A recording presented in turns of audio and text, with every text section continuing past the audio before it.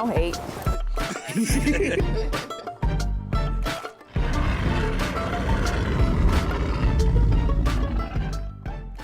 Good morning, y'all, and happy Tuesday. Welcome to Black Lion Live. I am Shan Ferdinand, here with Carrie Ferdinand. Hey, what's going on, everyone? And Royce on the ones and twos. We're here to talk about real estate, small business, and everything in between. So let's get into it. All right, guys. Feels good to be back. Feels good to be back on a nice June 13th. Let's see what we got today. First off, let's check up on everybody. How you doing today, Shan? I'm doing good. I'm here. It's Tuesday. I'm alive. I'm well. It's a beautiful day, and Just staying alive. Staying alive. What's that song? That was the same thing. Staying alive. Staying alive. What about you, Carrie? Listen, like I tell everybody, I'm always living the dream, man. I'm 6 feet taller than most, so I'm good. Amen to that. And while we're on the topic of checking in, did y'all know that it's Men's Mental Health Month? I don't think they knew that. Yeah. I didn't know that. So what does that mean? It means that, more motorcycle therapy. I got it. Motorcycle therapy? Yep, bike therapy. I mean, if that's what makes you feel good. It makes me feel good. Hey, if that's what keeps you grounded, then do it. But too often, the mental health of men goes unchecked, and we don't check in on men, and men aren't allowed to express their feelings, their thoughts, what's going on inside. So I would implore men out there to, take advantage of Men's Mental Health Month and talk with someone. And listen, as a man of color, I do believe that if you had asked me this years ago, I would have said that mental health is a joke and don't do it. But as somebody who's gone through it, I definitely say it's worth talking to somebody and opening up, because I would say for me, I didn't realize some of the things that I was really struggling with until I actually opened up and started talking to somebody. So I'm a big proponent in talking to somebody and getting help. Shout out to Hampton Roads or Hampton VA. Yeah, that's all I got on that. All right. Yeah, definitely, man. That mental health thing, man. Take care of your mental health. So today we about to go and hop into the current events. Little current events real fast. Any of y'all got any current events? None? You got the current events. I know, nothing that brings nothing to y'all head, nothing on y'all frontal that y'all want to get off? Nah, not that I could think of. Well, I did read an article. I don't know if it's an event, but I did read an article about how baby boomers are kicking millennials out of the housing market. And it's because one, baby boomers have been working for a very long time.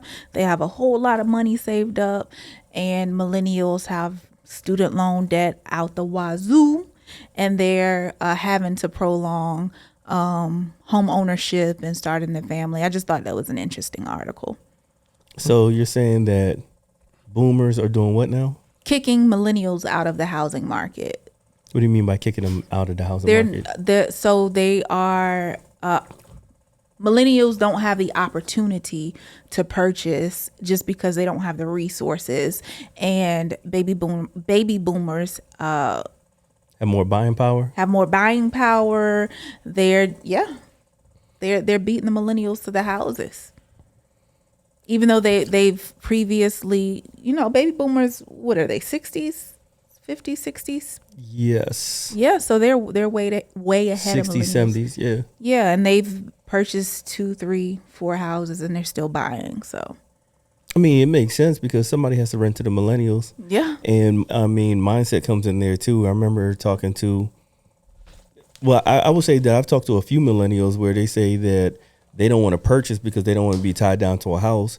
And then in this era of Airbnb and short-term rentals, you have a lot of older people saying, "Hey, listen, if you don't want to buy, I'll go ahead and rent to you." So they're making it part of their investment portfolio. So I mean, I can see the mentality in both sides. As an elder millennial, yes, I am an elder millennial, I would encourage other millennials to get out there and purchase houses. You don't even have to live in the house. If you want to purchase it as an income stream, at least try it. Listen, my message to anyone, especially if you just so happen to like money, because I remember years ago, I'm part of a club, and I talked to some of the members of the club and was like, hey, let's go ahead and transform what we do and invest in buy property together, this, that, and the third. And the comments and the mindset of I got of some people is what, I don't want to get into houses. That's your thing. That's not my thing. And the question I ask is like, do you like money? Because if you like money, this is a money thing. And, some people just don't get it. And it's not their season to get it. Or they're afraid. It involves stepping out of your comfort zone and taking risks, and some people just aren't willing to do either of those two. Facts. Yeah. Definitely. So Royce, yo. I mean, I guess because we're talking more, not millennials. What's his generation? Gen Z, I think. I think he's a Gen Zer. I think. I'm not sure. Okay. So, just coming from you, what do you think about investing in property, and are you fearful of purchasing property? Like, what's your take on it? I mean, I don't think I'm fearful. I think hanging around here all day, I think I kind of get like how you do it and how it goes. I think for me it would be more of a financial thing. That's for me though. I think for people out there that don't know nothing about it, they're working a 9 to 5 at McDonald's, or they're just trying to get one day at a time. They're not thinking about buying a house. Even if they got the financials, they're thinking about going out and buying that new car, or going out and buying a new Rick Owens, or those new clothes, or just watching that jewelry to keep up with the Joneses. I feel like a lot of Gen Zers, like Shan said, they're not focused on buying a house. They're just focused on like buying the materialistic items that's going to depreciate after you buy them. You know what I'm saying? So they're not thinking, oh, let me take this. Maybe it's 500. Let me try to build up 500K. Let me try to make it a loan, 500K or something like that. Go put it into a house. Take that same house, rent it out to 3 of my friends, and then maybe bring that equity back into that house or something like that. But at the end of the day, I think that's what it is for them. But for me, I think it's just a financial thing. So as Royce was talking, I think something interesting, even culturally, I think that from 18 to 24, you're looking at most people who are even in that realm are looking to get their college degree anyway.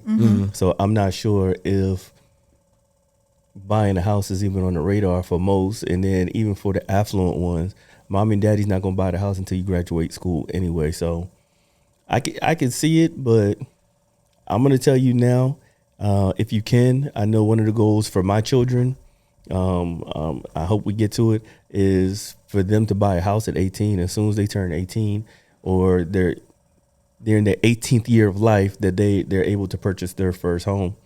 And we're going to see. But I tell everybody I recommend buying property, condos, land, whatever it is, because there's going to come a day when there's no more land. Yeah. You know what I mean? And you got to get on top of that. So ownership is definitely important. I think there's going to come a day where it's going to be kind of difficult to get into the real estate market, period, because we are seeing big corporations come in and buy up a lot of the residential property to rent it out. So if you can get in, I say get in. Well, I mean, that's definitely going to happen.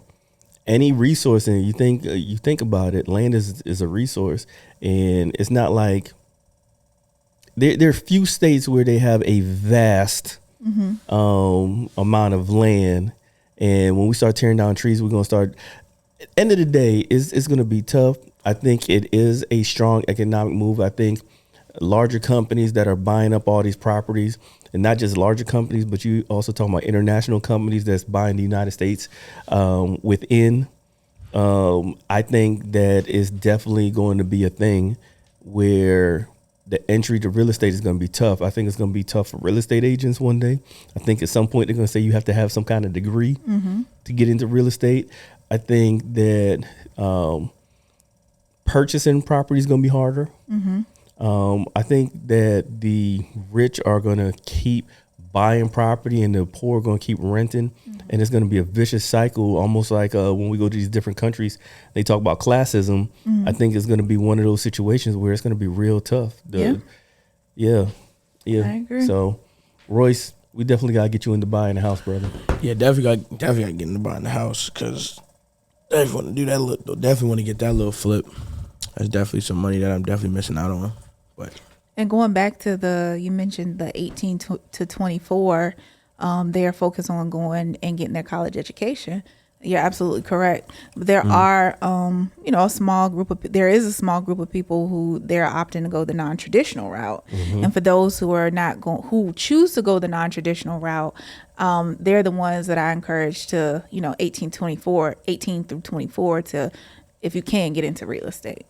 And I'm going to say this. I think that a lot of, I would say mostly minorities, they don't take the time to look at or learn about purchasing property. I just talked to one gentleman earlier this morning, and he was like, hey, my credit score is X, Y, and Z.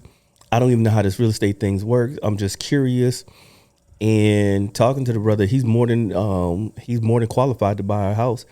He just has to, talk to somebody. And so bottom line is, if you are a minority, especially minorities, because that wealth gap is gaping. Yeah. So especially for minorities, definitely get involved.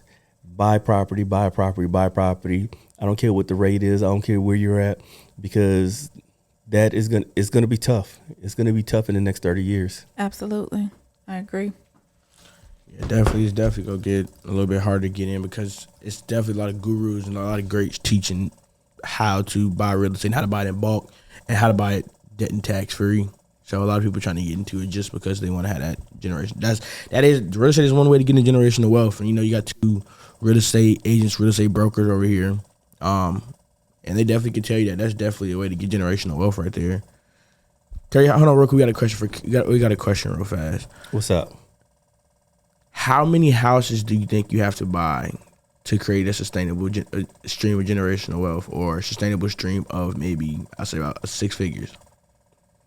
So I always tell people, rule of thumb for me, and I think for most people, is 5 houses. I believe at 5 houses, I don't want to jack up the math right now, but at 5 houses, you're a millionaire between what the property is worth, the cash flow, and what you can leverage off the property. So in saying that, because you got to look at it like this, say you buy 5 houses at 100,000, right? Mm-hmm. And like I said, I don't want to mess up the math, but let's just work with it, right? So 5 houses, 100,000, that's 500,000. Then you're not paying a debt service. Technically you are, but you're not, because your renter's paying you and you're going to pay the debt service, whatever. But now you're cash flowing. Then off of that, you could go ahead and, depending on how much equity you have in the house, now you have a HELOC. So now not only are you liquid, you're cash flowing, and you have a leverageable asset. So 5 houses, 5 properties, not 5. I'm not saying 5 doors. Mm-hmm. I'm saying 5 actual properties, because the leverageable asset part of it is a big deal too. Okay, so your occupancy, you don't have to worry about your occupancy as well, because your first 2-3 houses, your first house, that's a tough one, right? Because if they're gone, if something happens, you got to come out of your pocket and pay for that. Your second property, you still have the likelihood. We had a situation between the 2 of us where I think 3 of our houses all had roof leaks at the same time. Yeah. Was it 3? Mm-hmm. So 3 of our properties had roof leaks all at the same time. At 4 houses, you're just starting to, you're not really worried about what happens to the first and second, because the third and fourth are taking care of it. Mm-hmm. At 5, you should have enough income coming in to where they're taking care of each other. So I say at 5, you're at a good place, but your first 3 definitely you're gonna feel the pain, and it's gonna hurt a little bit. Your first 3. What do you think? I agree. I absolutely agree. Like you mentioned with the first house, if you don't have a tenant in there, there's no money coming in. You got to cover that mortgage or any expenses related to it. Even when you have 2 houses, hopefully at least one of the houses will be, occupied, and that covers expenses. If you go into it right, it covers expenses for that one house and maybe the second house. But yeah, when you get to 3 and 4, I think you're cash flowing to a point where if you have 1 or 2 vacancies, then you can take care of that with the money from the other properties. You guys, there's definitely some game right there, man. Definitely take that to the bank because those are definitely two big gym droppers right there. For what you think that's for everybody, or would that be for like 18 to 25, or just like So anybody in 18 general? to 25, I almost say reverse that model a little bit or flip it up. I say if you can buy a duplex, and if you can't buy a duplex, at least buy a property to where you could sublease the rooms, or you sublease the rooms because it's your property. You sublease the rooms and you still do the same thing. So let's say you buy a 4-bedroom, you go ahead and rent out the other 3 rooms, and that should be paying your mortgage anyway. And especially if you're young and you're single and you don't have a problem with people, let them pay for the place, especially in this densely populated, this densely military populated area. That's another good way to go too. There's so many different ways to earn money in real estate. It's crazy, but if you're 18 to 24, I definitely say pull your money together, which is odd because this newer generation, that's what they do. They pull their money together, this, that, and the third. And listen, you could afford so much more too. You could take a $400,000 house, which at today's prices is about what, 2,500. 2,500. Break that down. What, 3 ways? What's that? 25, 24 is 800, a little over 800. So, Royce, can you afford 800 a month? I can do 800 a month. Now, imagine if you own the house, you're not doing anything a month. You splitting it among the other 3. Yeah, you just got the house. You got the house, you've leveraged the bedroom. So if you could do 800 a month, they're paying everything else. Yeah. And then going back to 18 to 24 college students, I wish I had the mindset that I have today back when I was in college, because someone put us on game about using your financial aid refund or your student loan refunds to purchase property. Oh my gosh, I would have known. I wish I would have known that when I was in school, because I was getting some good refund checks back. So here's the game, right? From my understanding, because I'm not really familiar with the student loan, but you take your student loan, buy a house, right? So now The refund from your student loan. right? And then you turn around and you sell the house, you pay it back. Life is good. Absolutely. So- Especially if considering, there's no, they give you a lot of money in student loans, right? And let's say, you got a $3,500 refund back. That's easy. So all right, easily so a down payment. right. So let's run that, right? So you get 3,000, back right now. Right now, first time home buyers only putting 1% down, right? So 1% of what, 200,000? It's $2,000. $2,000, right? So you get that, but now you take. So now, right before you close on the house, you go ahead and start telling your friends and your battle buddies, hey, listen, go ahead and move in with me. I got a room to rent. So guess what? You're taking deposits. Yeah. So now what do you do with the deposits?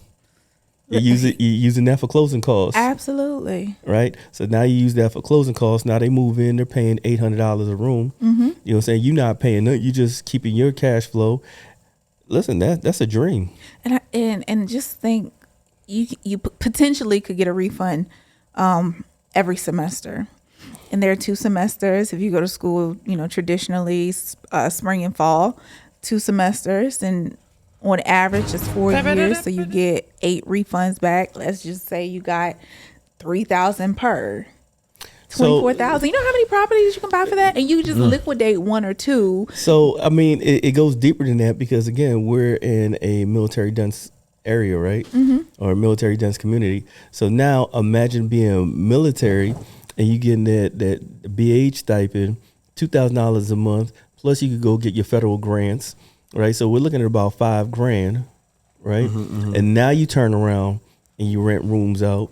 I mean, that's 4. If you do it at the beginning, that's 4 years. Absolutely. There's no reason why you owe a student loan at the end of this thing, because at the end you go ahead and liquidate the property, or you keep people in there, or you leverage it, however you do it. Liquidate. I just wish I would have known this then. But even if, I just think, our our time is our time. So even if I did, I may not have moved on it. So That's a great question, Royce. But for you, I think in your demographic, there's ways, and I think that you and I are going to sit down. If you're really interested, we sit down and we go ahead and show you how to get into a property, real easy. Like, Yeah, definitely, because everybody wants to be a millionaire. Except me. Let me stop. Nah. But nah, for real. Dang. So, and my mic went out. But nah, definitely want to sit down and get that game. You definitely want to sit down and start getting on that stream. My mic is tweaking out. My fault, guys. Definitely want to get on that stream of income, because that's definitely a very big stream of income. Like, I watch Robert Kiyosaki and all of them gurus, and be like, real estate is definitely the way to go for that. If you want to make that big money. But let's go ahead and get into that.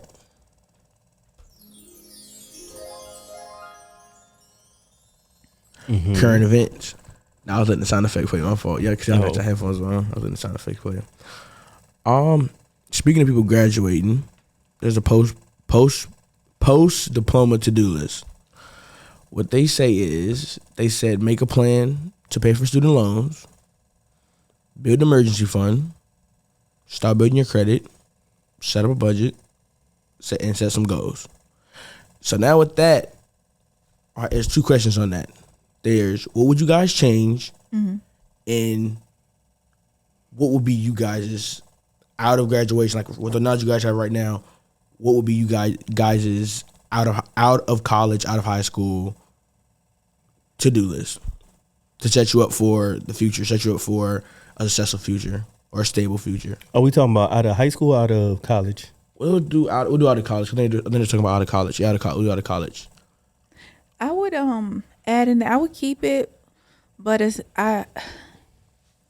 So I heard a quote. I think Elon Musk said it the other day, that it's easier to make $10,000 than it is to save $10,000. And in there it says create an emergency fund. Yeah. But I think on that list I would have added to create an additional stream of income, or in addition to trying to hop into my field of study, I would jump into entrepreneurship, or maybe YouTube monetizing videos, something that's going to create an additional stream of income, so that I could generate money instead of having to save it, because it's easier to earn it than it is to save it, or it's easier to generate it than it is to save it. Does that make sense?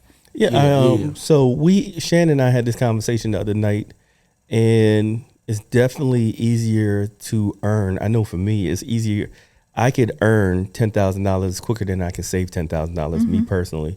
So I definitely think it's easier to earn than it is to save. Yeah. So I would add that to the list. But everything else, it makes sense.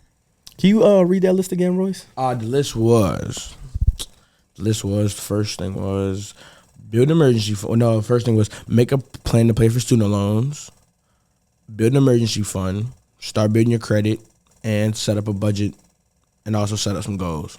So I think that list is already, if you're going off that list, that list is already reactionary instead of planning. Yeah. Because those are the steps, for me, those are the steps that you should take out of high school. You know what I mean? Because if you're talking about an emergency fund, if you're talking about having a plan to pay off student debt, having a plan after I've acquired it, that already put me behind the proverbial 8 ball. So personally, I think that is a list for high school. Yeah. I think coming out of college, that is a tough one, because I've never, I'm chasing my degree right now. So I don't know. I know as far as being at a certain age, I think that this generation, and when I say this generation, like my daughter's generation, and my son's generation, what's that, Gen Y? What is that? What year were they born? 07? They're still 06, Gen 07? Z. So, all right. So Gen Z, I think that they should be looking at being millionaires by 25. Yeah, and I'm like you. By the time I graduated college, I was not in that college age, and I had already bought a house, and I was already, had already had a child. So I don't know what it's like to come out, and I was working full time, so I don't know what it's like to come out of college and not have a plan, and not have a savings, and not have a job. So yeah, I Yeah, can't really speak to I'm that. more non I'm super non traditional where getting out of the military and chasing my undergrad and grad degree. So I already have a plan. You know, with military benefits, I already have a plan. But coming out of college, I don't want to, insult anybody by speaking on that, Royce. But I think that by 25, with all the information out there, somebody like yourself should be a millionaire at 25. Yeah, and it's interesting you say that with all the information out there. I just had a conversation with myself just yesterday. I was trying to and it's kind of related but not really. But I was trying to learn a skill. There was something that I was trying to learn, and I got really frustrated and I was going to give up, and then I told myself that there's too much information out there for me not to know and for me not to master this particular skill. So there is a lot of information out there, for people coming out of college, going into college, even from going from high school into college, how to pay for school. So I agree with you. There's more of a reactionary list as opposed to a proactive. Yeah, because there's way too much, like I said, information that can make you a lot of money out there. So I mean, you see millionaires. I just saw yesterday, 14-year-old. I think he said he graduated college, going into Elon Musk, working on that. What's that thing called? The Tesla or solar? I think it's a solar thing. Okay, so You're going to work on that with Elon. He's 14. yeah. So here's the thing, right?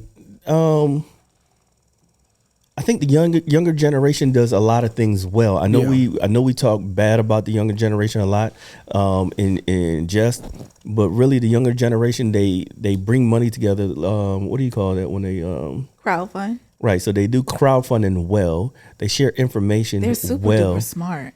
Right. And truth be told, I think the only thing that I could say as a Gen Xer looking at the younger generation is their actual work ethic. But if you think about it, they don't have to have the same type of work ethic that we did because, or for me, I worked a traditional job and my parents worked a traditional job, but they're not working traditional jobs. No, so when I say work ethic, like I remember like my father would always tell me that a lazy man has two jobs, at least two jobs. The job that you do the first time and you jack that one up, and then every other job you got to do to fix the first job, right? So I've noticed that with this younger generation is that they don't as much take pride in their work, in their services, and really learn their skill set. They're just trying to get to the finish line as fast as possible. Right.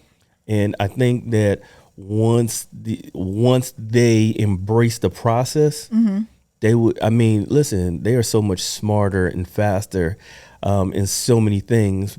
However, that one part staying consistent and because I think the younger generation, help me out, Royce. I think a younger generation looks at it like, all right, I started a YouTube page, I should be rich tomorrow. Yeah, Right. Not realizing that there's a whole process. right. Or I started a YouTube page, and just because I have a YouTube page, even if they're up there, not realizing, hey, I have to schedule this, I have to do this, I have to do this, I have to do that. A lot of people just believe you start the page and that's it. I'm a millionaire tomorrow. And I think that's where, like, that instant gratification, I think that's where the disconnect Yeah, is that I'm talking about absolutely. when I'm talking about work ethic. So, Royce, did I miss the mark? No, because I definitely do that. Be like, oh man, I'm coming here every day. I'm coming here all the time. I'm like, dang, why am I not rich yet? But at the end of the day, I feel like it's not just coming in here, sitting in here, not doing that. It's coming in here, putting in the work every time you in here, or putting in the work in anything. So like you said about the YouTube page, I feel like people do feel like, oh, I got a YouTube page, I uploaded 5 videos, oh, the videos should be blowing up.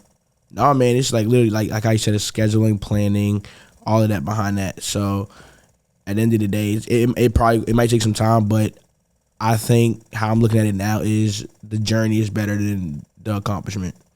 I think it's like, okay, let's do this. Let's get to this. Let's go through the journey to get there. Because I feel like once you do get there, you're there, so you're not gonna know what to do. But the journey is where it's like, oh, I'm hungry. I want to go get this. I want to go do this. I want to go do that. And at the end of the day, that's just it's really the journey. That's how I look at it. The journey is the greatest part of this whole thing. And the journey is important Yeah. because on that journey you learn, right? You can't just jump from, creating a YouTube page to being a millionaire, because there are things in between that you have to learn.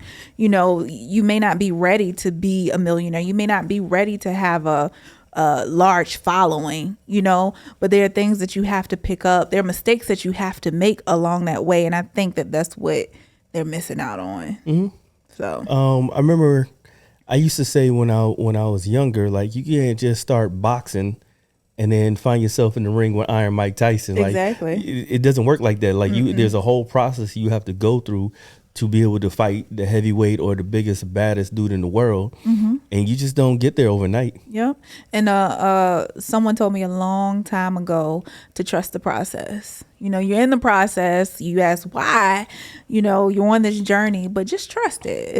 It's for a reason. And again, I definitely think the younger generation is smarter. I don't feel like there's anybody.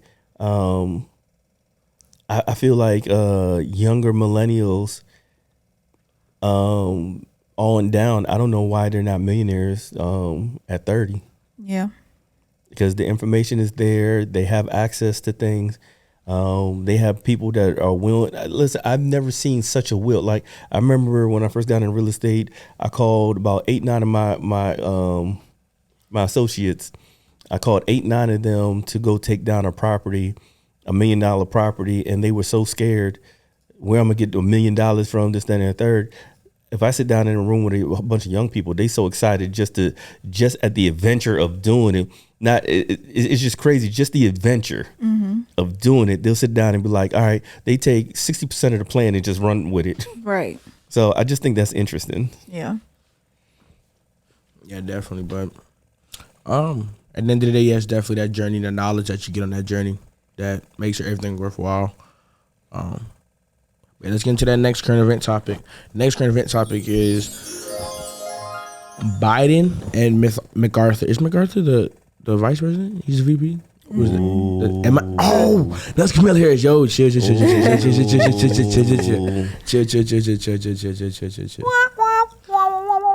that one. Where's that? They don't have one on there no more. Oh, that sucks. Well, play the emotional damage then. Emotional damage. I like that guy. But like I was saying, Biden and MacArthur reach agreement to raise the debt ceiling. So let's see what they say at the bottom. It said, okay, so the deal is, it says, I'm going to try to read this pretty fast, so everybody keep up. Besides crucially suspending the debt ceiling to let the government continue borrowing money, the agreement effectively freezes non-defense spending next year and limits it to a 1% bump the following year. In effect, this amounts to a budget cut because of inflation. A few other details are the bill adds work requirements to some people aged 50 to 54 receiving food stamps via the Supplement Nutrition Assistance Program, originally known as SNAP. It claws back at the $80 billion that the Biden administration dueled, D-O-L-E-D, dueled. What's the word? Dueled, D-O-L-E-D, dueled. D-O-L-E-D. I know what that is. Whatever. Dueled out to the so it was given to the IRS, out to the IRS to beef up its enforcements, and it changes the environmental revenue process for energy projects in an effort to speed them up. So with that, how do you think them raising the debt ceiling, which it's already maxed over, how does that affect like modern day living, or just a matter of fact, since we're real estate? I'll let What you you take that got? one right now. Well, I mean, to be honest with you, I'm not sure. I don't know. I just know being in debt, a whole lot of debt. I know that the U.S. currently is in, I think, trillions of dollars. If I'm not mistaken, the number is trillions. But I'm not sure how that, honestly, I'm not sure how that affects the housing market or day-to-day living. Right. So, all right, that's a complicated answer. Very complicated. It's complicated in a lot of ways, and it depends on who you talk to. Because I'm definitely not a financial advisor or a finance specialist. Look at that boy Ronnie because in here. that's definitely that type of question. But I will say that it is raising the debt ceiling is doing a few. Well, biggest thing is putting a Band-Aid on a bigger problem. And I would say putting a Band-Aid on a bigger problem causes a lot of concern and is weakening our economy. Because the more debt you have, you become slave to the lender, right? Yeah. So who are we in debt to? So that's the question you should ask yourself. Because right now there are people in debt to MasterCard, Visa, American Express, and they are slaves because they are working every day to pay this money back. So who's this debt going to? Is it the national? Who is it? The Fed? Is it the Federal Reserve? Because the Fed is already printing money. Yeah. That there's no backing there because we got rid of the gold standard back in the 70s, right? Nixon era. So all right. So Royce, when we talk about inflation and we're talking about the cost of goods and services, this is a part of it, right? Because if we are in debt, where's the money going to and who are we in debt to? Inflation is going up because we're trying to pay somebody back. So we're putting ourselves in a never-ending. Makes sense, because if you think about it on a personal level, if you're in a lot of debt, then instead of being able to put that money to investments and to grow your money, you're focused on paying the debt back, and you aren't able to grow your money. So economically, I would imagine that where the U.S. is focused on paying this debt back as opposed to growing the economy, creating money to put back in the economy. Yeah, so that's my understanding of it. I try to break it down on a smaller level so I can understand it for me and what that looks like for me. I know for me, if I earn $100,000 a year and I'm $70,000 in credit card debt, that hurts. Yeah. Or even $20,000 in debt. If 20% of and if I raise it, so if I earn $100,000 a year and I'm already $20,000 in debt, me saying, hey, I want to take on more debt doesn't get me any closer to wealth. It does just the opposite. I owe more. I owe 20, 30, 40% of what I'm bringing in. And that hurts, not to mention what I already have to spend money on. So Royce, if you look at it on a smaller level, right? So let's break this down. Royce makes $100,000 a year, right? Royce already has regular expenses that he has to pay, where he lives, drive, come to work, put gas in his car, eat, this, that, and the third, right?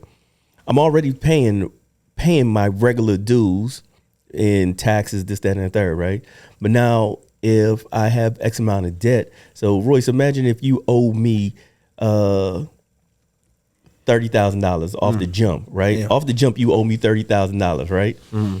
And with your monthly expenses that you already have, living, this, that, and the third, and we're talking about the United States, right? So part of our expenses is highways. That's federal, right? Highways are federal. The defense of our country is federal. There's so many things that are federal, right? So now, Royce, on top of all of that, now I'm going to say, I'm going to take on more debt. That's a problem. You feel me? Yeah. So by them talking about raising the debt, but here's what they're saying. Hey, well, we're going to raise. So this is this is always a bad idea because we see people do it all the time in real estate. Hey, now that you allow me to go in debt more, I could afford more. And because I could afford more, I swear, I've done it a couple of times. Listen, the more you give me and I could go in debt, the better chances I can make the money back and pay you back. But that rarely happens. Right. Yeah. You see what I'm saying? Yeah. My question is, how do you go in debt if you're the one printing the money? Well, So that's the problem, right? So prior to the mid 70s, we had something called the gold standard, right? So off every dollar printed or every coin printed or minted, printed, right? there was something backing it, right? There was X amount of ounces of gold that backed the dollar, that backed it, right? But now if you're just printing money, the money's worthless. Yeah. Paper money is technically worthless, right? Because there's nothing backing it. You know, when goods and trades, there's nothing backing it. So now what happens is we put more paper money in circulation, and what happens is that money becomes less because there's nothing backing it, right? More people got it. So it's simple. Supply and demand. Supply and demand. So, this is just a dangerous thing, man. It is, because I mean, like we saw what was it? So my bad, I didn't fully answer the question. So you say, how do we go in debt if we're printing money, right? That's all right. So there's nothing backing it, but we're saying, hey, I'm borrowing more money from the Fed. So we're going to the Fed and saying, hey, give me more. We're going to pay you back. And the Fed is like, here you go. Here you go. Here you go. But guess what? Fun fact, even though it says Federal Reserve, the Federal Reserve is a private institution. So guess who owns? So slave to the lender, right? Yeah.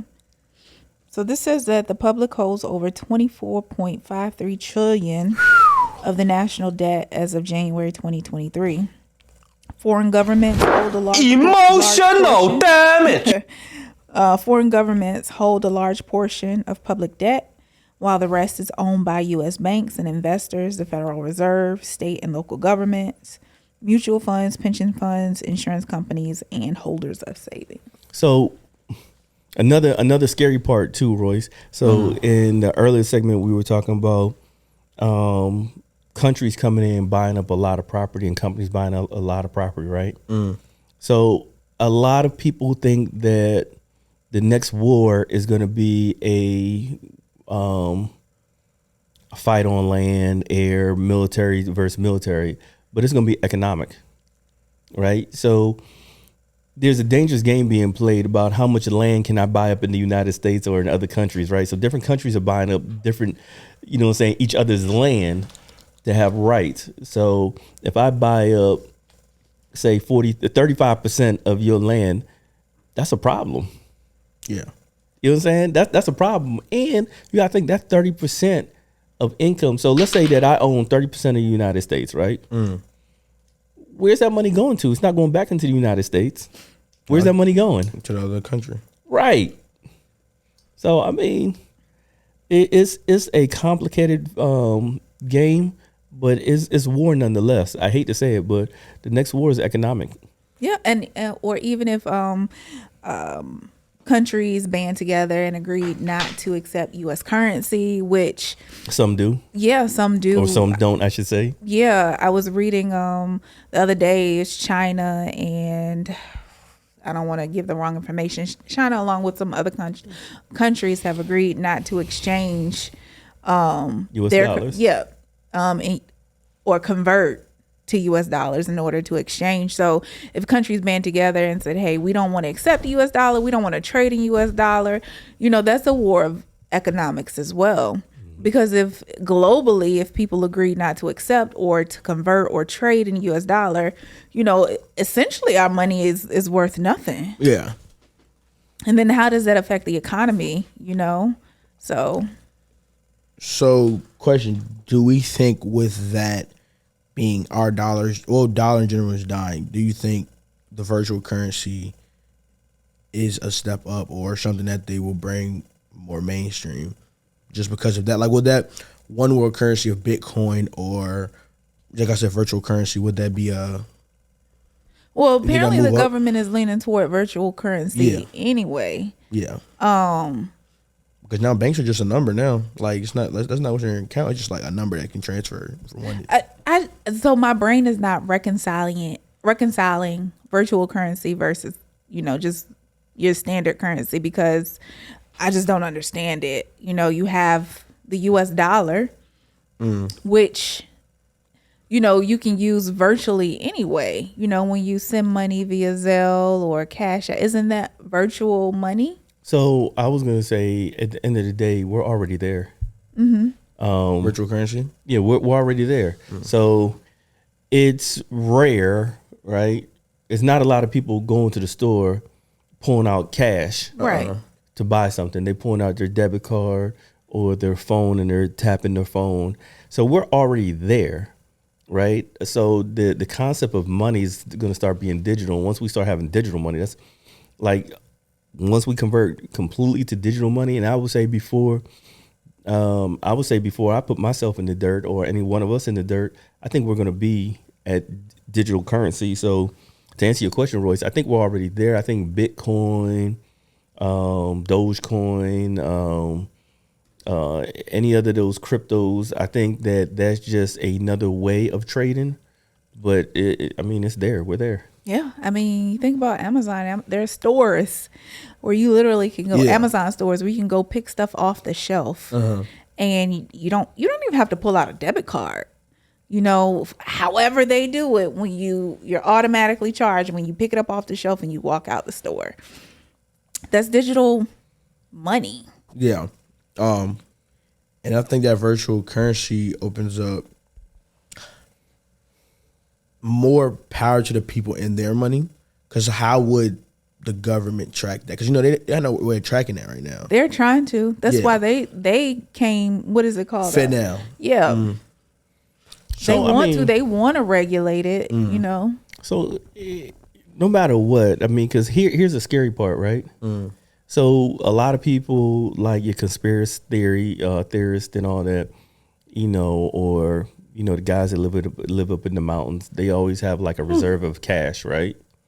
You have cash. Like some of our parents might have had cash under the bed or in a shoebox or whatever. Drug dealer type. Right, not just drug dealers, but people who don't believe in Banks and digital money. or just banks, right? Because I mean, there's some countries where they still don't believe in banks. But let's talk about here, right? The guys who live off the grid. Now, here's a scary thing, right? What happens if the government decides that they don't want to deal with because it's so much stuff that goes into that once you go digital money and the government says, hey, you know what? Kerry Ferdinand is no longer a person, and they just lock everything. Yeah. Now, how am I supposed to get goods and services? I know that I dealt with one bank, and they froze my account, and I called up. Was like, well, how do I pay bills if you froze my account? And they was like, well, you got to pay us. Well, how am I going to pay you if my direct deposit's going in here? Right. How am I supposed to pay you? Well, you got to authorize us to release the funds. Why would I authorize X, Y, and that was a big conversation. But think about how my freedom and how they hijacked me personally, Right. to where I can't pay anybody. You know what I'm saying? So I'm not even controlling my own money. So that's the scary part of digital money, because they're going to come out here and they're going to say that there's all kind of regulations. They're going to be regulated to where they can't do it. But at the end of the day, you're not in control of your money. When it's digital. When we go 100% digital, you're no longer in control. Listen, I think that even after we go digital, I'm preparing for the zombie apocalypse, and during the zombie apocalypse, digital money or paper money, none of them is going to be worth anything. It's going to be we're going to have to barter and trade. But that's just me. And I'm gonna go back to this, right? I think the true currency in the future is really going to come down to the assets that you maintain, which is property. Yeah.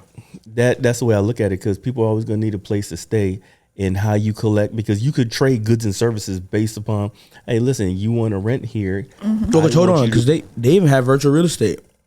Yeah, that's that's funny, but I'm not sure. I think that sometime in the future we'll lean more into virtual real estate, but there was this big hype around virtual real estate that kind of died off. And I think that was a trend. So no, yes, it's a trend. It showed that it was a trend, right? But what that was, it was riding the cryptocurrency wave. Because remember, NFTs, nobody really hears about NFTs anymore. No. Right. Right? But that was near the end of the crypto run. And I think people just find different ways to earn money. Right. Because hell, people were buying a digital boat. Right. Like, you know what I'm saying? Like Sims on crack. You know what I mean? Yeah. And CEOs, me, they crashed out.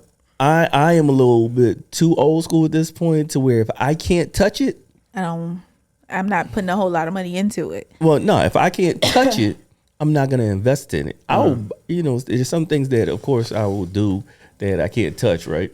But if I can't touch it, how can I invest in that? Right. Because and people are gonna look at me funny, but when I got out of the military, I took all my money out of my TSP because I can't touch my TSP, and I just didn't.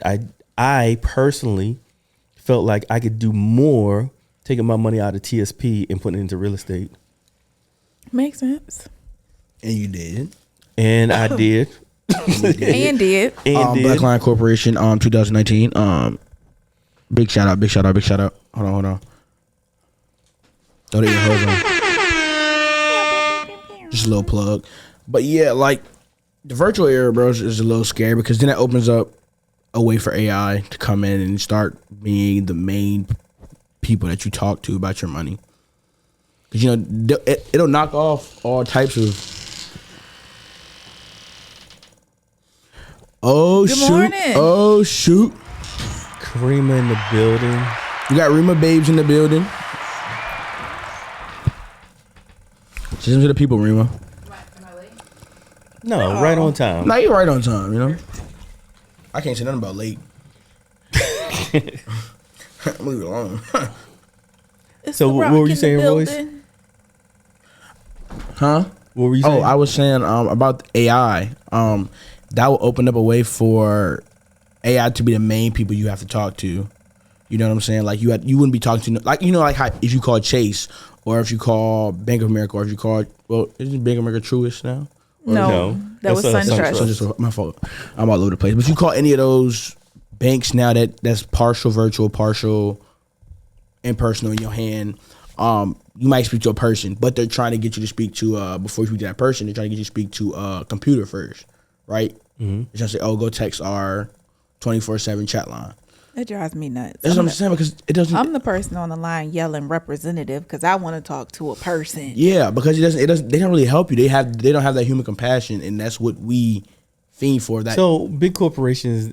So I was waiting to see where you're going with this AI conversation. Yeah, right? no. Okay, so what I was my fault. Let me shorten the Go story ahead. up. It would make that where we wouldn't be talking to people. We wouldn't be getting to a person if we wanted to. Okay. You know what I'm saying? I don't see the problem with it. I do. With talking virtual, with talking to computers, No, I don't see a problem. I hate it.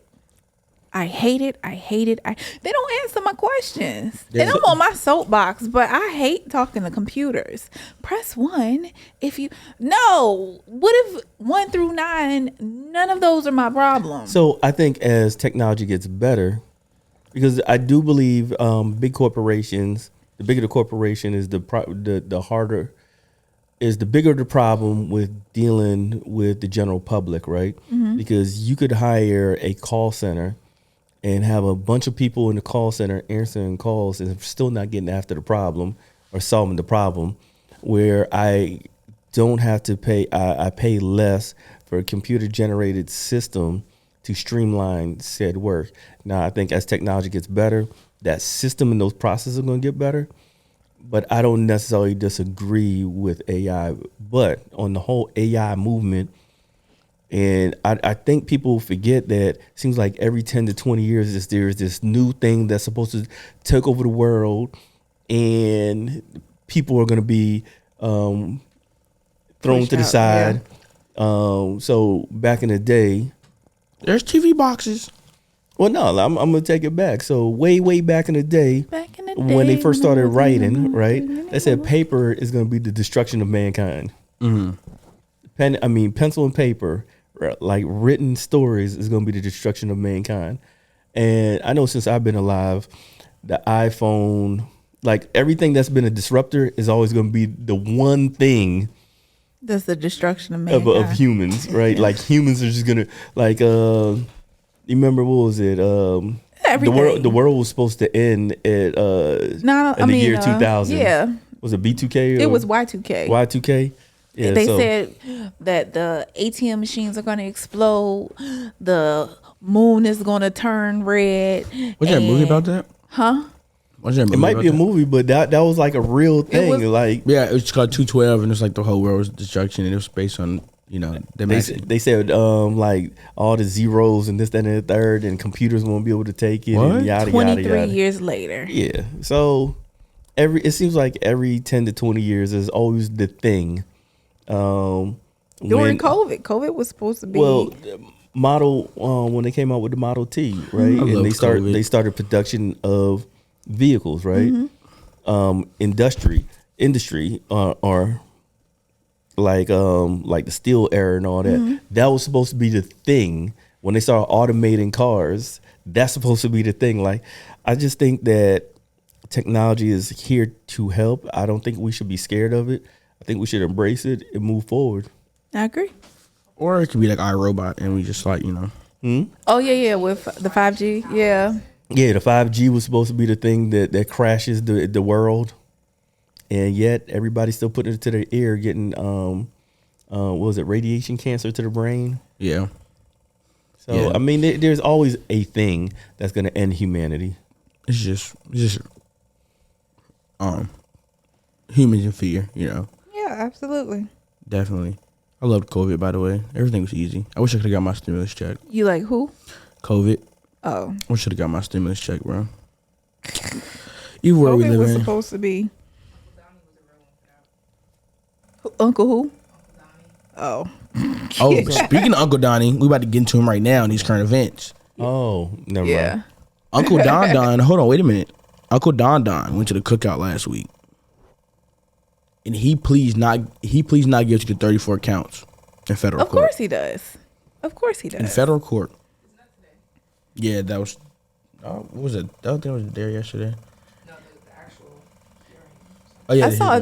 I was watching a TikTok video. The guy was talking about that, and Donald Trump says, Biden had, got in trouble for classified documents, and Hillary Clinton, did too.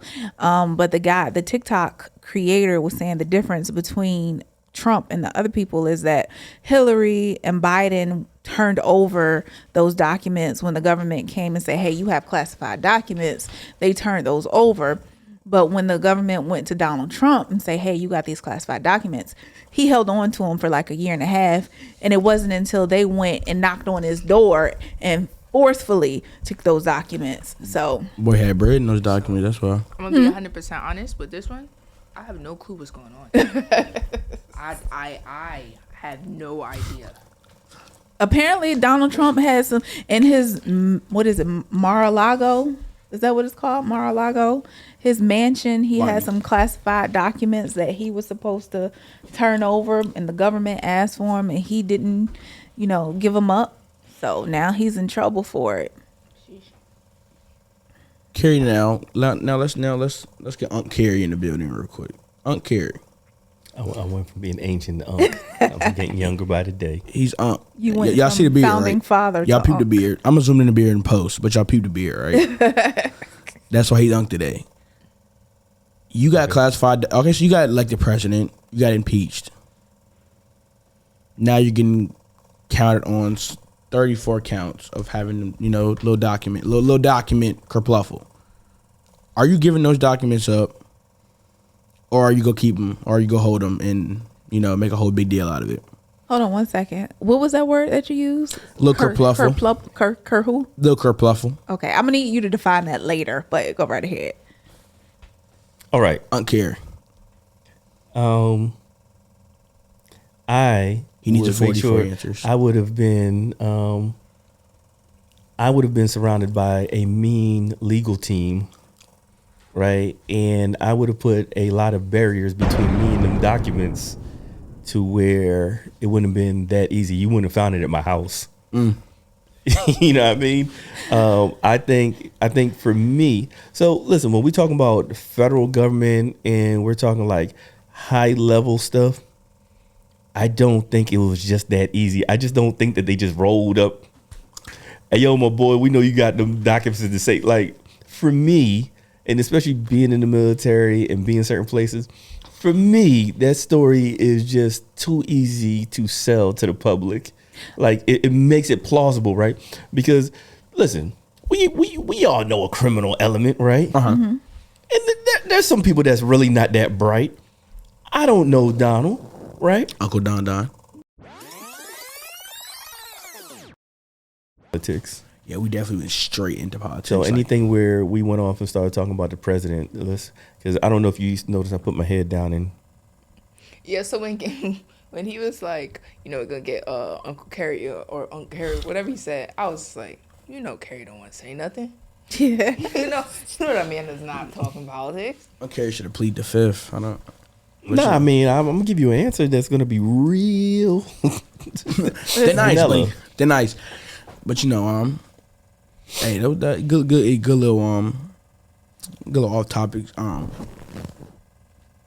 topic, whatever. But let's get to our next current event. You guys saw the smoke last week outside. Yeah. Yep. You guys know where that's from? From Canada. Canadians. Now, Rima, this one for you. Your hometown look like a movie scene. How you feel about that? I mean, yeah, my cousin was actually sending me like photos and stuff. My grandmother, she had lung cancer. Are you talking to the mic? I feel like nobody's hearing you. I could hear it. You hear you clearly? She said, Yeah. I can hear it. I mean, I heard it.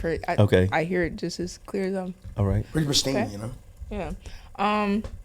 Yeah. So my grandmother, she had lung cancer at one point, and she did not go outside. She's still afraid to go outside. I'm like, Grandma, I think you're good. You're good. But she didn't. There was events that she didn't attend. I don't blame her. My cousin, she was out and about living her life. I don't know why she thought the sun was the moon at one point. She was like, girl, look how bright the moon is. You're a dumbass. You're a dumbass. But yeah, it was very crazy. She was sending me pictures like as the day was going on, it was like getting worse and stuff like that. Like it was very much because crazy. they're in New York. New York. Yeah, it was Yeah. worse there. It was pretty it's pretty bad here too. Yeah. I know I was coughing. Yeah. Little bit Yeah, of it asthma. was Yeah. you know. Like that was all topic. I don't know where I was going with that, but I got a question. What's up I'm with the sorry. question? What's up with Royce, the have you always worn glasses? No, these are okay. So these are blue light glasses. Oh yeah, I did ask you about that the other day. I look at screens all day. I was always like, why do I have a headache every time I come home? Because I look at blue light all day and it strains my eyes up these. So I was like, let me invest in these. I've been had these, but I just never worn Are them. they working? Yeah, Okay. I don't have a headache no more. So. Okay, my bad. Yep. You can't see me, guys, but I'm like a nerd right now. Wait a minute. Well, we do have a real estate nerd in here, so And we have a lot of people that wear glasses too. that's a bit offensive. I apologize. Please don't cancel me on Twitter. Anyways, I'm just trying to see. I'm not trying to be a nerd. I'm just trying, Right. just trying to fucking see. I just need to see. I just need to get around. these 3.5X's, boy. You know what I'm saying? But let's get into our next segment, which is that small business highlight. This week, we're highlighting beauty on lock. She ever been over there? Yeah, I actually got some faux locks done over there when we first moved in next door, or when they actually first moved in, because we were here a little bit before them. They did my faux locks, and it's actually, the aesthetics are nice over there. And I went to a pop-up shop over there too. It looks good in there too. It looks good.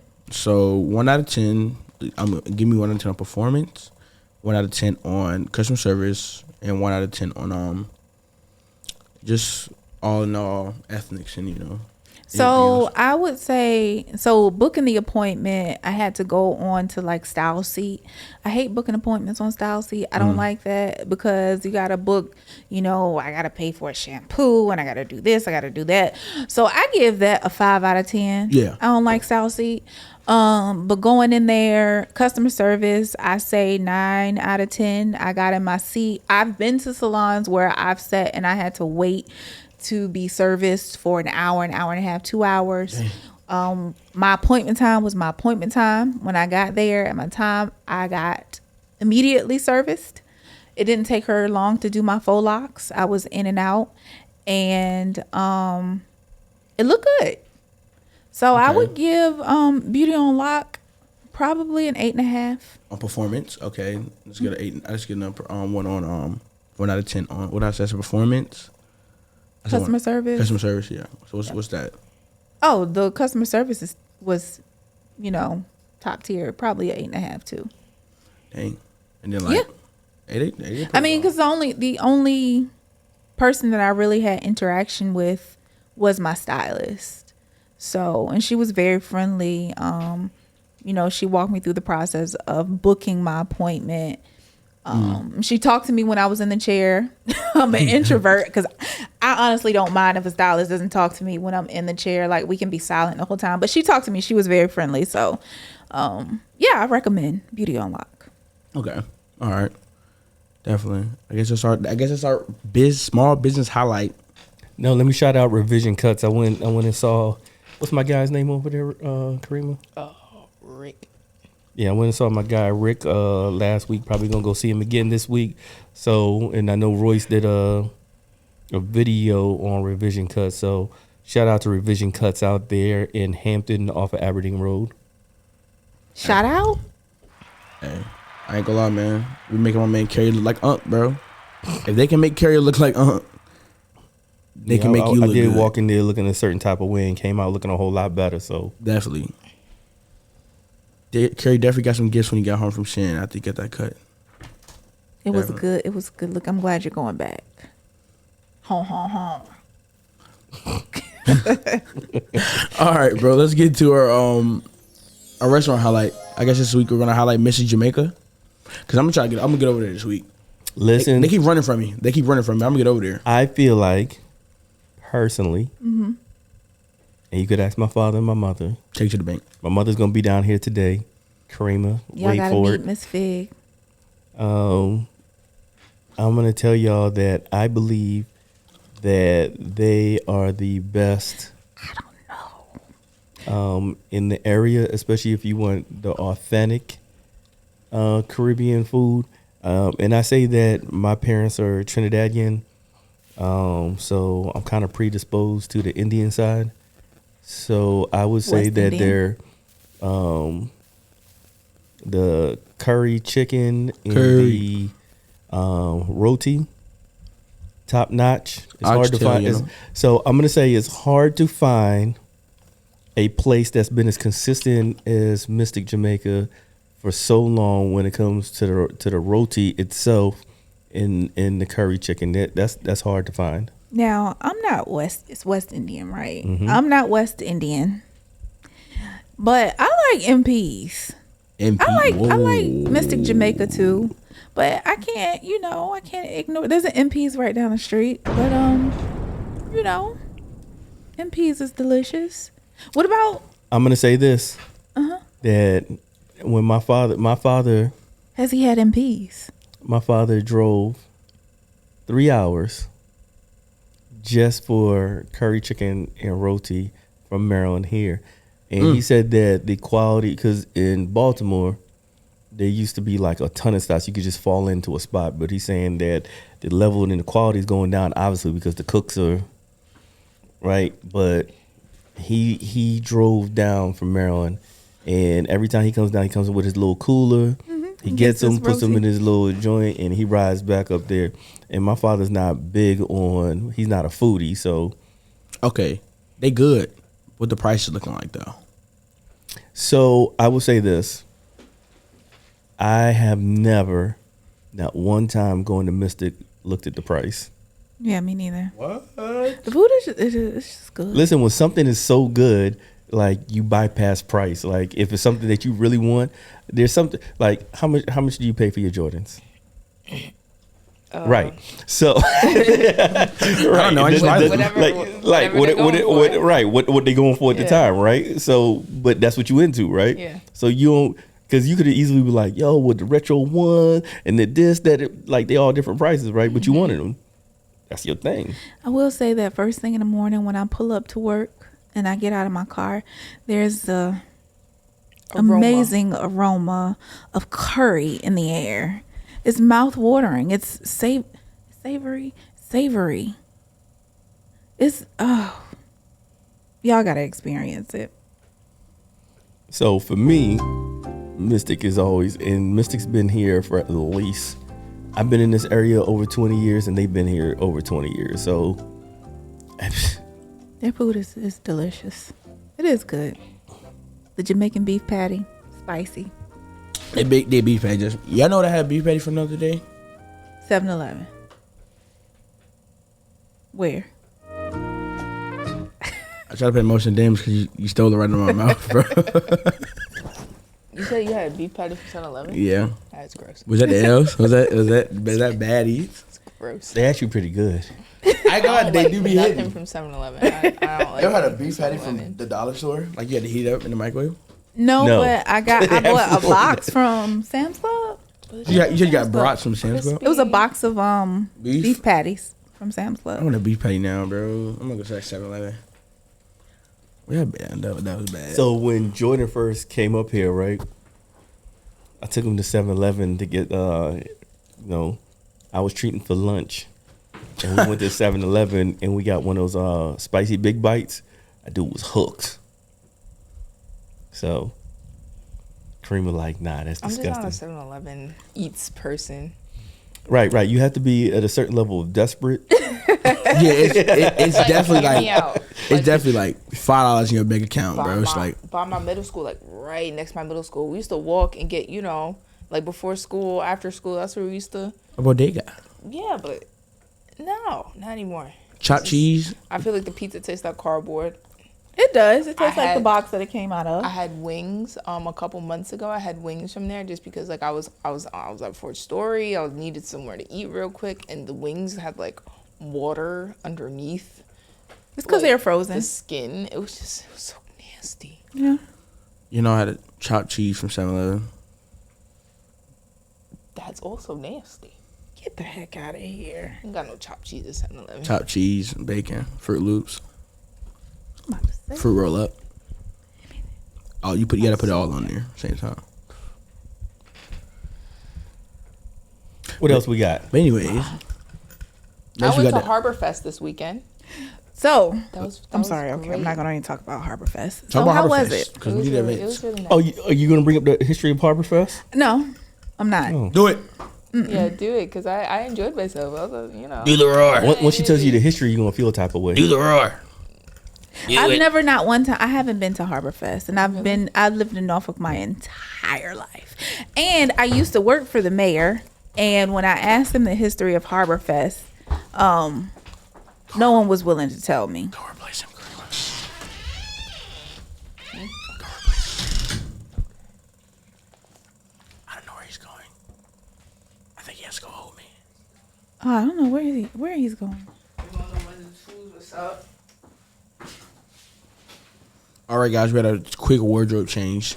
It's definitely a ghetto episode, but keep going about the Harbor Fest. Do the roar. Do it. Well, just think big ships, big old ships, and the history of the U.S. and how slaves came over. So that's all. So so Harbor Fest is harboring of the boats. So those big ships with the big The Nunta de Quinta Sail. and the Santa Maria. the ships like that. They Harbor Fest. You have those big ships at the Christopher harbor. Columbus. Yeah, those big They ships. come in. They come in, Imagine and they have like old food school and stuff out there. pirates and Alcohol, Yeah. Okay. stuff. There was I don't know for a fact though. That's what they're celebrating. I can only, connect the they had a dots. silent disco Did they really? What? free. How do you do that? Really? for free. But how do you do And that? apparently it's there every every second Saturday of the Is it month or something like outside? Where outside? that. Right next to what's it called, the Shack? Was it called the Shack? You know that place PBR is there, right next to the Sheraton, mhm, the Waterside. Wardrobe Right, change. it was right on the side of that. It was covered, and it was just a silent disco. Me and my cousin and my son. We really enjoyed it. We had such a great time. I'm gonna have to try that.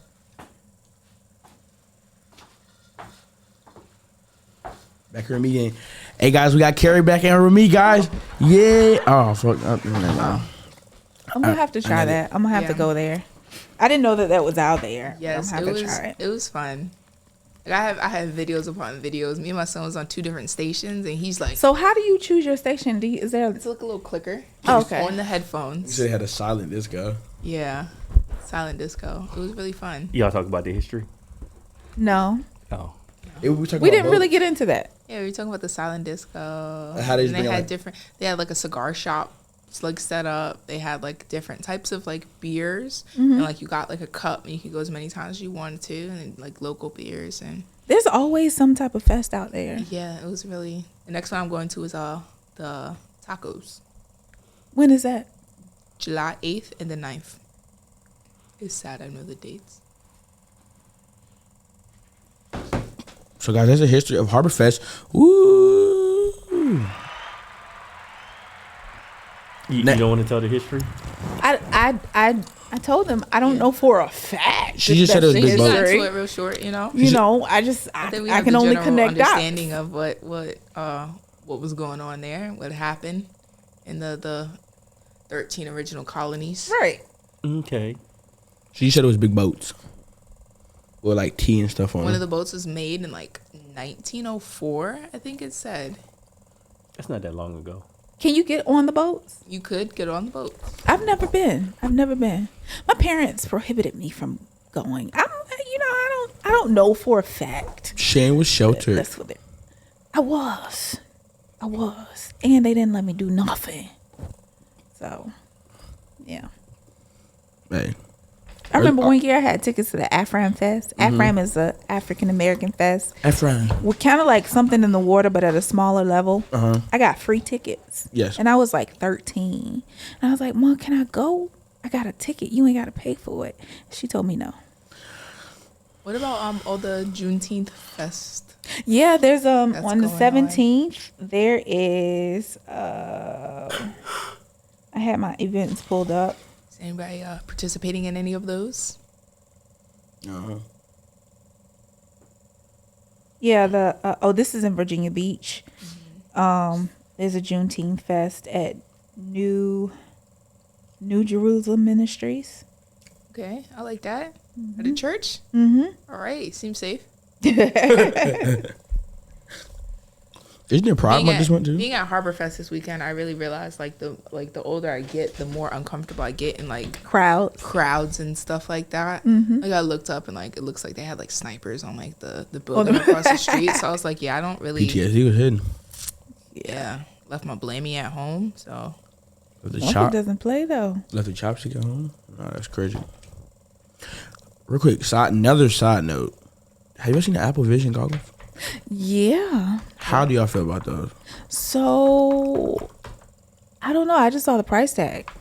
yeah, But I was like, for AR VR, I'm Like going what- to debt for it. What makes them so different from the other ones? I think it's just what's me. the other one the called? Oculus. Yeah, the Yeah, Oculus. I have an Oculus. But those are Yeah. VR. Is it though. cool? Like, is it like real life? Like, Yeah, honestly, like I really like it when I do put it on. You be talking to people? But you can. But since I had bought it about 2 years ago, I think I used it maybe 5 times because like it's not Overwhelming. It makes your head hurt just being stationary and like everything's moving around you and like it's not something that you do often. right.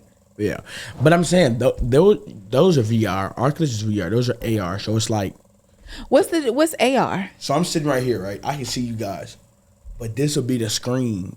It will be like the screen, but it'll be something behind it. So it'll be like real vision. Yeah, so I saw I saw a post. This is me in real estate, and it said it was a picture of a guy with a tool belt on and the AR goggles on, and the caption was somebody's father ruining their child's home inspection from miles away. So I guess you can see what's going on in other places with these goggles. Is that accurate? I don't know, but I know it is. You mean like take pictures? No, like you can actually. I guess in one place. I don't know. I just saw the post. Yeah. Yeah, the price Yeah. tag is like $3,400. But can you gotta listen to it though? But listen to it though, real quick. You gotta listen to it though. No. I mean, I can see they got the videos. I'm trying to show Shan. So it's the room. I mean, the room that he's in. It's just Oh, Real so you vision. can see that's so kind of So- like Iron Man. Yes. That is, oh my God, so cool. But at the That's what I'm same time, saying. I just don't. Does it do the same thing an iPad would do? yes. So Yeah. like, So, what's our purpose here? Because every Like, Apple why would I product does wanna the wait? same thing. So what I'm getting out of this, right? I'm gonna go back. You remember the movie with what was the little short actor Tom Cruise? Mm-hmm. What was it, Minority They Report? must be Ready Player One. I didn't see that one. So remember, everybody seen Minority Report, but Minority haven't. Report where he was sitting up there and he was taking the screens and throwing them different directions. Like Iron Man. Yeah, okay. So we'll say like Iron Man. So yeah, it's like Iron Man. He would Yes. and make it bigger and small. Yeah. Yeah. So it's like that, but they're starting off with goggles because they actually have glasses that do it too. That is so cool. Yeah, I got saw them. They're like $400. Yeah, so they got that. I think the glasses are better than the VR goggles because I just can imagine walking in a room and seeing a whole bunch of people sitting there and moving their hands, and that probably look goofy as hell. Goof troops. Speaking of technology, so Apple. So hold on. So with the glasses, the cool thing about the glasses is it fixes your vision. It helps you drive at night. It's like so many things is happening inside the glasses. and then you themselves. still can do the. Yeah, you can still do all That's the other awesome. stuff. They be getting caught in the middle of you driving. Your phone just hit your wheel. So it's kind of like, matter of fact, the best way to describe this is like a heads-up display. That's cool. Speaking of glasses, I had a dream years ago about a contact that you could put in, but you could take pictures. Like when you blink your eye, you could take pictures, right? But then I saw, what was it? 007? Was it 007?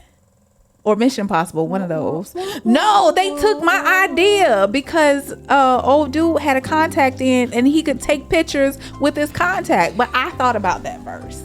They took It was the in a idea dream. that you told nobody about. Right. They stole my idea. Creamy, you ain't had to do that like that. Like, so you told nobody and stole your idea. You sure like you didn't like hear it subconsciously like No. as the TV was playing, and you're like halfway asleep and then that's what you dreamt about? No, because I had the dream before the movie came out. Like a week before. No, it was like months. Like So- years. Like it was my idea. So you big unk that broke his knee Who broke who knee? that said I could have went to college, but you broke your knee before you went to college. Yeah. Exactly. You know what we say about his uncles, right? What? Oh shit. Well, I'm not an uncle. I'm an auntie. But yeah, that's me. What you say about them? Like, that nigga's lying. That niggas can go to college. That nigga's bench writer. You know what I'm saying? Why are you looking at me like that? I'm serious. You okay? I did have the dream and they took my idea, but whatever. You ain't gotta believe me. Whatever. Then multi-million-dollar idea. They just took it. I should have said something. I Let's just should have go. invented it. Taking them to court. We got good lawyers.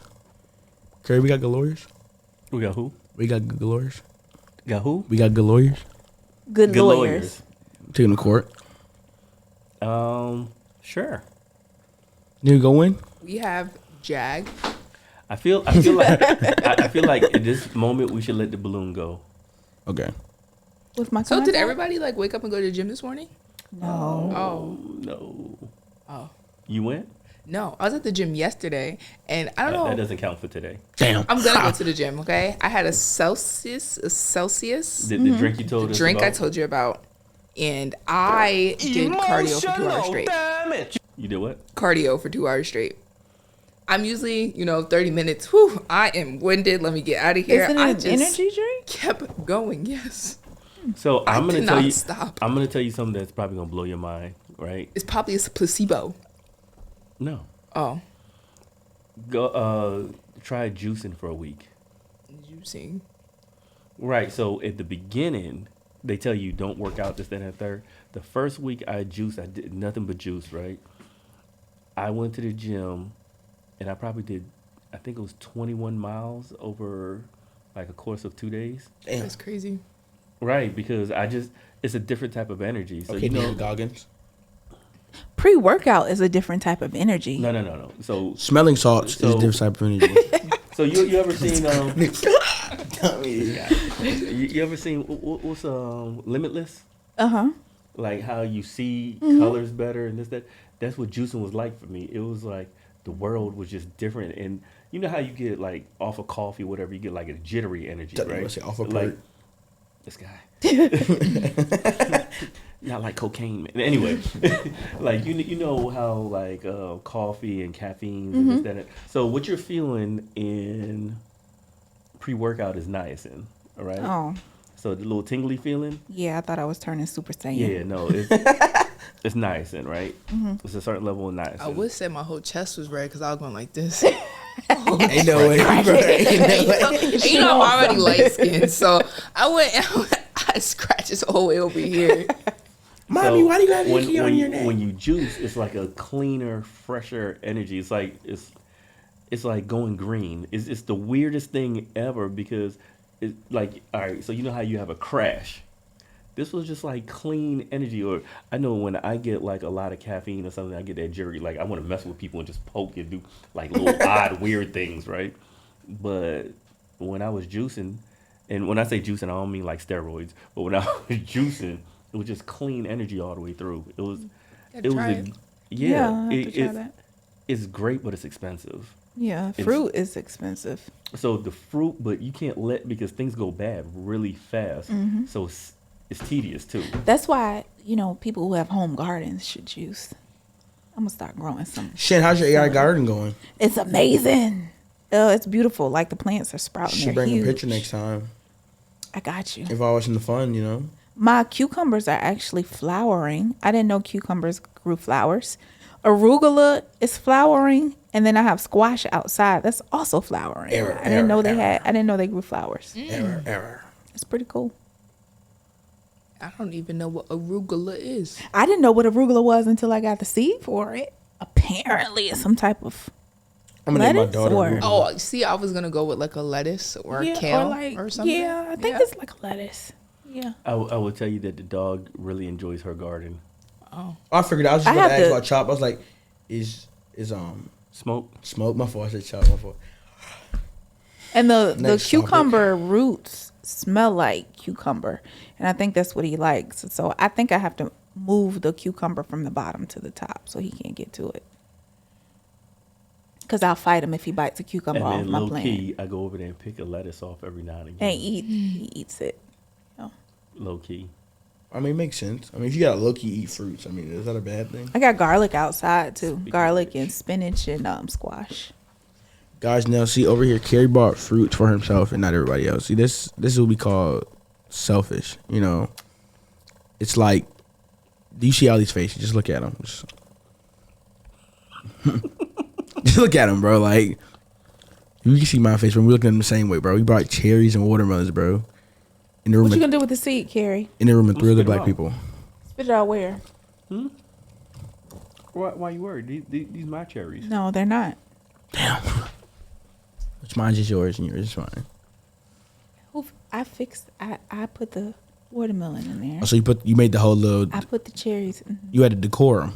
Yeah, and I cut the watermelon up. And he's not gonna sit there and eat them. I have a honeydew I have to go home and cut up Oh, that sounds delicious. because they didn't have cantaloupe. So I went with Honeydew is a green one, right? Cantaloupe is like the yellowish, orangish, soft one. Well, I guess we got off topic crazy. I mean, I guess that's probably we had some good things going on in this episode. We put some good games, some good knowledge in this episode. We're at almost 2 hours. Think it's about the time to go ahead hit the wrap up button. Now it's time to say goodbye 2 to hours. all my real estate friends. I just got here.